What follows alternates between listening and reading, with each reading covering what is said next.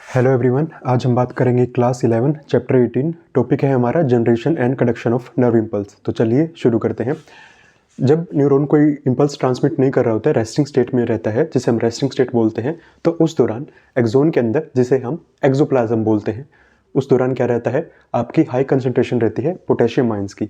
अगर high concentration potassium ions की है तो उसका इफेक्ट आपके काउंटर पार्ट आयंस पे ज़रूर पड़ता है, जिस वजह से आपकी लो कंसंट्रेशन रहती है सोडियम आयंस की, और नेगेटिवली चार्ज प्रोटीन के लिए भी ये मेम्ब्रेन इम्परमेबल हो जाती है।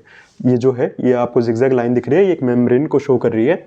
वही अगर हम आउटसाइड पे बात करें, अगर अंदर हाई कंसंट्रेशन पोटेशियम आयंस की है तो उस वजह से आपका क्या इम्पैक्ट पड़ेगा, आपके आउटर साइड पे लो कंसंट्रेशन पोटेशियम आयंस की हो जाएगी। अगर लो कंसंट्रेशन पोटेशियम आयंस की है तो जैसे मैंने आपको बताया, काउंटर पार्ट पे जरूर इफेक्ट पड़ता है आयन पे, तो आपका हाई कंसंट्रेशन सोडियम आयंस की हो जाएगी।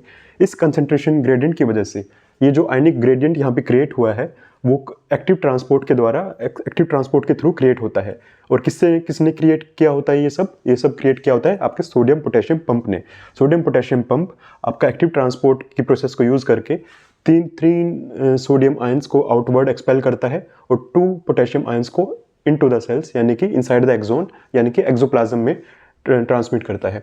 जिस वजह से आपका क्या रहता है, आपके आउटर साइड पे ओवरऑल जो क्या रहता है, पॉजिटिव आयन की कंसंट्रेशन ज़्यादा रहती है और इनर साइड पे नेगेटिव आयंस की कंसंट्रेशन ज़्यादा रहती है। इस स्टेट को हम क्या बोलते हैं, ये जो पोटेंशियल डिफरेंस यहाँ पे क्रिएट हुआ है, उस पोटेंशियल डिफरेंस को हम बोलते हैं रेस्टिंग पोटेंशियल, क्योंकि ये रेस्टिंग स्टेट में जनरेट हुआ है। और इस स्टेट को हम क्या बोलते हैं? Polarise state.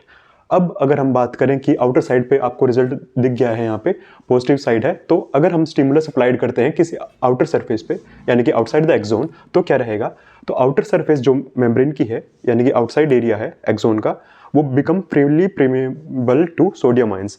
एकदम से जो आपके सोडियम आयंस रहते हैं उसके लिए फ्रीली प्रीमेबल हो जाएगा, यानी कि इजीली अलाउ करेगा, जिस वजह से आपका रिजल्ट क्या रहता है, rapid influx of sodium ions. अगर फ्रीली अलाउ कर रहा है तो जाहिर सी बात है कि आपके जो सोडियम आयंस को अगर ये फ्रीली अलाउ कर रहा है तो एकदम से रैपिड इन्फ्लक्स, यानी कि एंट्री, अनडिनाइबल एंट्री यहाँ पे इसको मिलेगी सोडियम आयंस को, जिस वजह से आपका एक बार फिर पोलैरिटी चेंज हो जाती है। आउटर साइड पे आपका नेगेटिव आयन की कंसंट्रेशन ज़्यादा रहती है और इनर साइड पे पॉजिटिव आयंस की कंसंट्रेशन हो जाती है ज़्यादा। जिस पोटेंशियल डिफरेंस को जो अभी क्रिएट हुआ है, इसको हम बोलते हैं एक्शन पोटेंशियल, जिसे हम नर्व इम्पल्स भी बोलते हैं।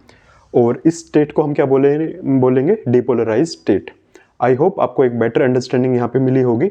अगर आपकी कुछ डाउट्स हैं इस टॉपिक से रिलेटेड तो आप मुझे कमेंट्स में बता सकते हैं, और नेक्स्ट किस टॉपिक पे आपको वीडियो चाहिए तो वो भी आप ज़रूर लिख सकते हैं। Thank you.